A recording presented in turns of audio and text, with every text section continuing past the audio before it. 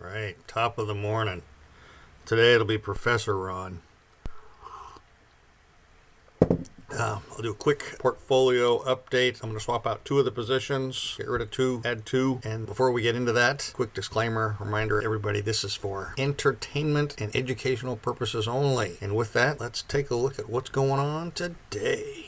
All right, today's May 14th. Quick update on the portfolio. The LH is not doing well, doing poorly. It's 1,500 below the benchmark. Very bad. And also, I've renamed one of the portfolios back to Margaret, and I'll be swapping positions today. In the LH portfolio, the main one we're watching, this is where I'm attempting to beat the benchmark, and I am doing a poor job of it. We're going to get rid of OGI and SIGA, Organigram Global and SIGA technologies. In their place, we're going to be adding Acrivon and Cibus Incorporated. Here's a quick view of the Mayday portfolio.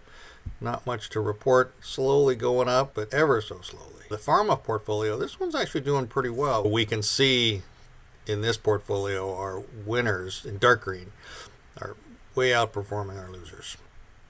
The main benchmark doing fine. Our hantavirus portfolio, which is an opportunity portfolio, it's going to take 30 days or more for the news to fully flush through, so we're just going to watch it bounce around for 30 days and then decide if we're keeping it or not. But ideally, at some point the market figures out this is a bad thing for cruise ships, and it really pushes Royal Caribbean down, which should push this put way up. And with that, I will bid everybody top of the morning.